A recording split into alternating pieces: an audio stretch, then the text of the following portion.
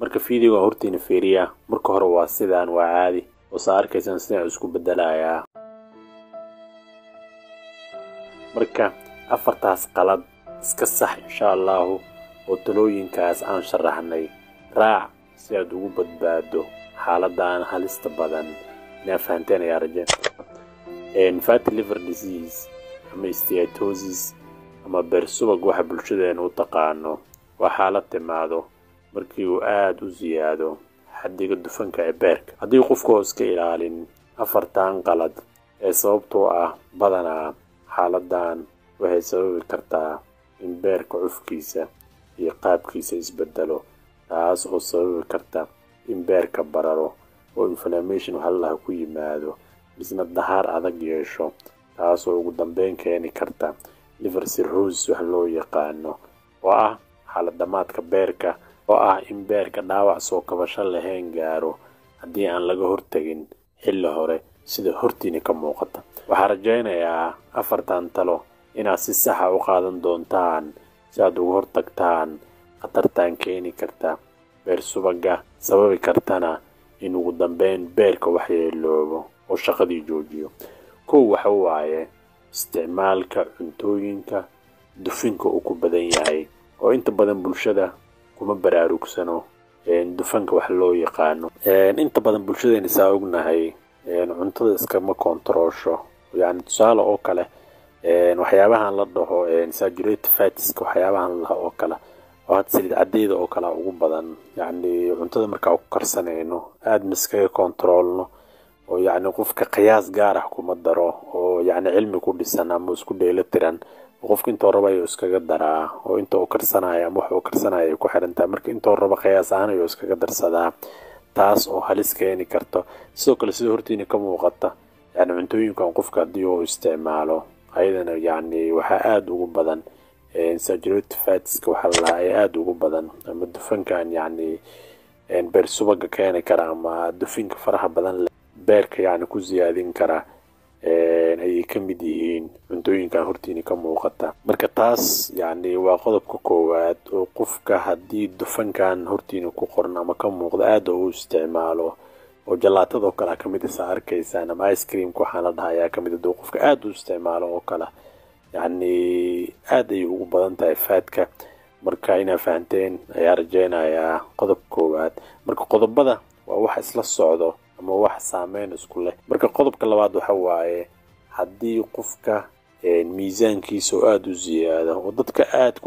u cayilan yani inta badan waxa la arkaa marka baaritaan lagu sameeyo in xaddiga dufanka ee beerkooda aad u badan yahay taas oo halis ku ah caafimaad qabka beerka ama guud ahaan qofkaba oo sida casharo badan aan ku soo sharaxnay xitaa xididdada dhiigga yani dufankaas faraha badan leh ama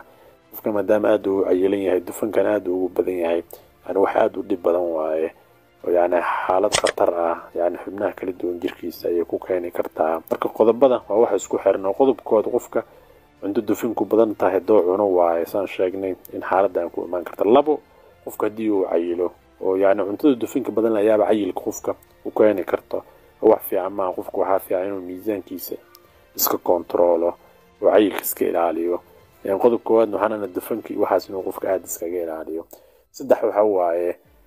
قفك هدي أو قب حنون كمعانك أما ديكرك أما دكتور كيس أو شيء جلسترول كيس إنه أدو بدني هاي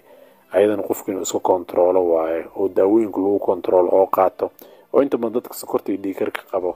يعني ما كنترول أنا حنون مرك قار داوين كم يعني إنسان قادنا يخوش يعني مرك أيضا هو حالتها لسه haddii cholesterol ay qabtana sidoo kale yani dhakhtarkaada la tasho haddii uu zaid yahay si daawo lagaaga siiyo si beerkaada uu waxyeeleyn ama si guud jirkaada markiina fahanteen ayaa rajaynaya afar waxa waaye haddii qofka jimicsigiisa uu yar yahay oo qofka cunto badan inuu iska cuno oo iskala jiifanayo waa xaalad halis ah oo beerkan yani halis u keeni karto si guudna jirka halis u keeni karto marka qofku waxaa fiican cunto haddii uu isticmaalo inuu soo socdo mar dhaqaaq sameeyo ayaa fiican marka qodobada waa kuwa isku xiran marka waxa fiican dufanka badan inaad iska ilaaliso sidoo kale miisaankaada aad kontroosho sidoo kale jimicsi aad samayso sidoo kale haddii xanuunada qaar aad qabto oo dhiigkarka iyo sokorta wax la mid ah inaad iska kontroosho ayaa wanaagsan inaa fahanteen ayaa rajeynayaa. marka qofka haddii xaaladan xilli hore uu ku baraarugi waayo maadaama inta badan calaamado soo muuqanaya aysan jirin uu qofka si tartiib ah xanuunka yacni xaaladda yacni ugu sii dari karta marka sii dambeyso. inta badanna waxaa lagu baraarugaa qofka xilli dambe ayuu ku baraarugaa. marka haddii uu qofka xilli hore ku baraarugi waayo ama baaritaano sanadkiiba hal mar ama 2 mar si guud uu mari waayo dufankii waxaasna uu iska isticmaalayo miisaankiisana uu ziyaado jimicsi badan uusan sameyneynin waxaa dhacayo in dufankii beerka ku ziyaaday oo dhaawac u geysta beerka taasoo keenayso in beerka oo barro sida hortiina baa ka arkaysaan taasoo sababayso yacni in dahaar adag oo korodo yacni inflammation ku imaan sida caadiga qolof ama dahaar adag ayaa beerka koraayo oo liver fibrosis wax loo yaqaan ayaa ku imaanaysa arkaysaan sawirka hortiina ka muuqata taasoo haddii aan laga gaarin xilli hore ugu dambeyn keenaysa liver cirrhosis wax loo yaqaan oo ah xaalad dhamaadka beerka oo loola jeedo yacni in beerka xaalad khatar ah oo aan kasoo laabasho lahayn oo gali karo haddii aan xilli hore qofka xaaladiisa lala tacaalin ama laga hortagin. marka waxaa wanaagsan qofka in xaaladiisa caafimaad mar walba oo kontaroolo cuntooyinka oo cunaya iska kontaroolo miisaankiisa iska kontaroolo jimicsi sameeyo biyo cabka badsado qudaarta iyo ama qudaarta cagaaran ama miraha iyo waxa lamid aad u badsado. cashir walba aan sharxeynna oo ku celcelinaa ama beerkaada ha noqoto ama keliyahaada ha noqdaan ama wadnahaada ha noqoto ama xibnaha kala duwan jirka ha noqdaan mar walba qofka inuu ku dadaalo cuntooyinka qudaarta iyo waxa lamidka ah biyo badan oo cabo dufanka badan iska ilaaliyo jimicsina sameeyo miisaankana oo dhimo mar walba yacni talooyinka ayaan raacinaa. markii fahanteen ayaa rajeynayaa in sababta ugu badanna oo xaaladan bulshada inta badan aysan u fahamsaneyn waxa waaye calaamado gaar ah qof ka soo muuqanaya ma jiraan. marka waa sababta keenaysa inaan lagu baraarugin ama inta badan bulshada aysan ka warqabin balse ay ogaadaan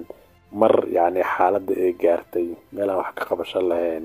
markii fahanteen ayaa rajeynayaa cashirka waa iska wacyigelin insha allah inta soo koobeynaa. wasalaamu calaykum waraxmatullahi wabarakatu.